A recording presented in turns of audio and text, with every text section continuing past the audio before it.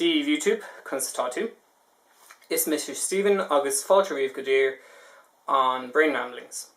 This is going to be the first episode in this series, and the purpose of brain ramblings, as I've explained, is to kind of give about a 10-minute, hopefully unedited talk about issues that are important to me, or stuff that's going on in society, or other kind of hot topics that are going on at the moment, and stuff that just needs to get out of my head.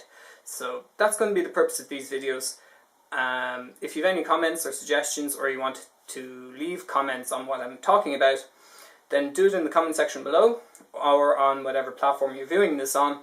And I'm conscious that the stuff I'm going to be talking about is going to be a little bit conflictuous, might rile people up, might rub people up the wrong way, or I might say something wrong. So if you're going to comment and tell me about such stuff, or give me your opinion on whatever it is that I'm talking about, try and do it in a respectful manner. You know, I'm putting this content out to start a conversation. I don't want to start an argument. So, just putting that out there. Okay, on to the topic at hand. So, a little bit of backstory to it. About 7 years ago or so, there was a TV ad run by the Irish Blood Transfusion Service requesting donors because they had a major shortage at the time. And I thought, well, you know, it's something that I've always wanted to kind of do. I was over 18, hadn't had any tattoos or piercings or anything like that. I said, you know what, I'll go in and I'll try it out.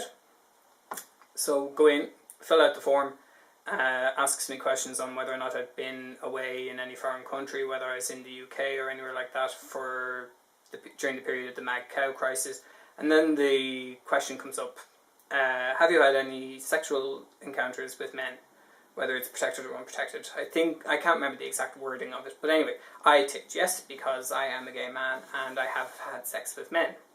So the nurse calls me in when it's my turn, we review the form, and she gets to that question, and you know, she's like, well, when was the last time you had sex, and when was it protected, unprotected?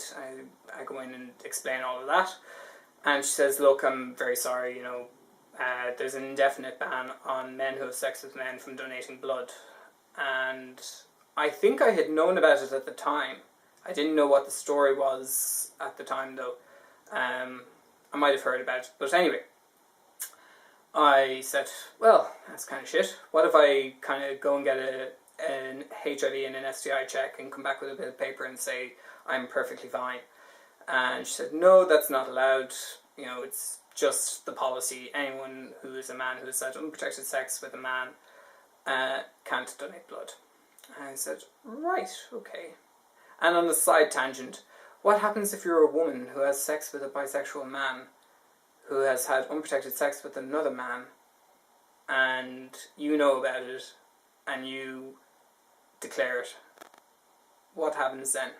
I don't know. I will leave links in the comment section below of different kind of articles and official stuff from the IBTS about who can and cannot donate blood, and the different deferral periods and time limits and restrictions and stuff. Definitely go and check it out, because it's only something like 3% of the population that can donate at any one time, according to the stuff that I've read, and that's not a lot of people. So if you can, go and donate, because blood is very important. So the deferral period came in in the 80s. At the height of the HIV/AIDS epidemic, the World Health Organization put a blanket ban in place that said any man who has unprotected sex with a man can't donate blood for fear of contaminating the blood supply. And we have had horror stories in the past of people getting infected blood. And, you know, I think it's safe to say that in this day and age, with all the science and all the checks in place that we have, that sort of stuff doesn't really happen. Not in this part of the world, anyway. So, the current standing as it is, as of February, I think, is if, in Ireland anyway, and the UK, if you're a man who has sex with men and you are abstinent for 12 months since your last sexual encounter, you can donate blood. And, okay, fine, grand. Except, it all comes down to me admitting it. And this is the part where I admit that I have not had sex for the last 7 months. My last sexual encounter was in December, and it was protected. But here's another kicker. As I said, science has gotten really good. Now people who have HIV can live very long and healthy lives because of the antiretroviral treatments that we have at the moment. If I take a dose of PEP, if I'm in a situation where I need to take a dose of PEP, it's a 5-year deferral period. And it's a 5-year deferral period if I take PrEP as well, which is pre-exposure prophylaxis, which if I take daily can build up my chances of never getting the virus. I'm saying that wrong, but anyway, it's a basic protection against getting the virus. It's like a 1% chance that I could get it from somebody who is HIV positive who is also taking PEP, because their viral load is undetected. And I'm rambling now.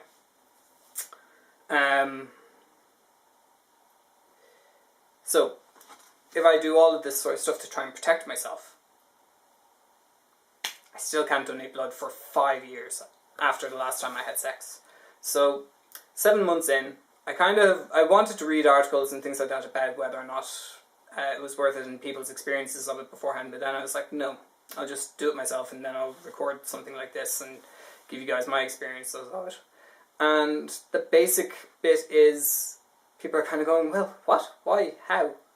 You know, it all comes down to honesty. If I go in and say, yeah, the last time I had sex was December or January or last week, then that sets how long I have until I can donate blood officially.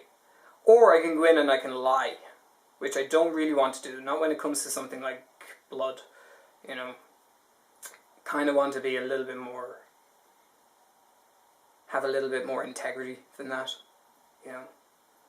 If I was on a hospital bed and I needed blood, I would expect the same of somebody else. So that's kind of what I'm going to do for when I can donate blood in December or January. So this will be an edited video. I thought I had a lot more to say on this, but I might not have. We'll carry on. I don't know. It all depends on me being honest, as I said. You know. And how many people are going to do what I'm doing and say, yes, hand on heart, 12 months, let me donate blood. What happens if I go in December and they say, prove it? How the hell do you prove that you haven't had sex for 12 months? I don't know. Somebody come back to me with an answer on that one. I suppose my final comment on the thing would be, in this day and age, with the kind of technology and science and screening that we have, all of the backups, all of the checks, you know, anytime somebody donates blood, a little bit gets sent to the UK, and then the next time that person goes in, gives blood, it's checked against that sample to see if anything has changed. You know, if you're a woman, you can't donate for a year after giving birth. You know, that's understandable. If you get a piercing or a tattoo, it's a 4 and 6 month deferral period, which again is understandable. But when it comes down to something like this, when we've come so far scientifically that we can treat it so well, especially in this part of the world, you know, is there such a need to have this protection in place? I don't know. I agree with the policy. This is the tough part. This is partly why I'm abstinent. I agree with the policy. It is about protecting the blood supply. As I said, if I'm on my deathbed or I'm in hospital or whatever it is and I need blood, I'm going to want the safest form of blood that I can get. But this isn't about, it doesn't feel like it's about just, you know, protecting and cordoning off the people who might have HIV or are at risk of HIV. You know, it seems more about just kind of, well, this system has worked. We don't really want to change it in case something happens. You know. And that kind of thought process I can understand, but it's the same sort of stuff that stopped black people donating blood. It's the same sort of stuff that, you know, just stops the progression and starts to create a stigma. HIV is on the rise in this country again. There were 16 new cases according to the HPSC, which is the Health Protection Service, something or other. I'll leave a link to that below. They publish weekly reports from HIV Ireland on new infections. There were 16 new infections this week, and that kind of has been standard for the last couple of weeks that I've been looking at it. It's always between kind of it's always mid-teens, and the age range is me and people younger than me, mostly, that are getting infected. So people that are going out there and having safe sex and not passing on HIV or other STIs for that matter, you know, good for you. But you're also not allowed to donate blood. People who aren't practicing safe sex, who don't know the risks, who weren't alive for tombstone ads and things like that, you know, those are the people that are kind of going, well, no, sure, things are okay. Why do I need to? So, in short, I agree with the policy. Otherwise I wouldn't be adhering to it.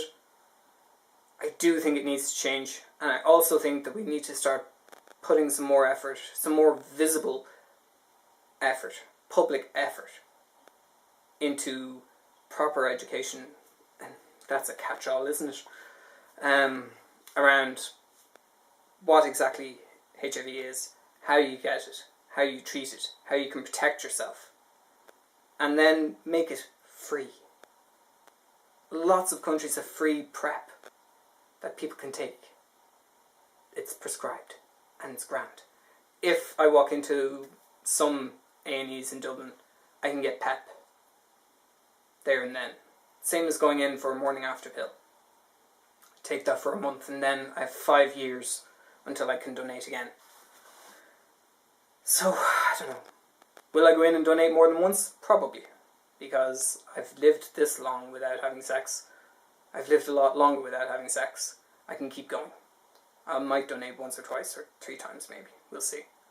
As much as I can. But look, this is me rambling on now. This is me doing the first kind of hard video that I have done for a long time. I do want to hear your opinions on it. So please do engage. And I will leave lots of links. I will leave links in the comment section below rather than the description box. Go and read in your own time and just kind of explore your own opinions and your own thoughts on it. And then come back to me. Or you can just leave a comment and then we can start a conversation and you can go and read. But this is going to be an important one. Do come back and talk to me about it. I don't mind talking about it. Otherwise I wouldn't have made this video. So, I have to edit this down now. Dhaoibh, míle, agat. Do practice safe sex. Educate yourself. It's not worth the risk of picking something up. Dhaoibh, míle, agat. Leave this a like if you like it, leave it a dislike if you don't like it, and leave a comment one way or the other. But keep it civil. Okay? Slán.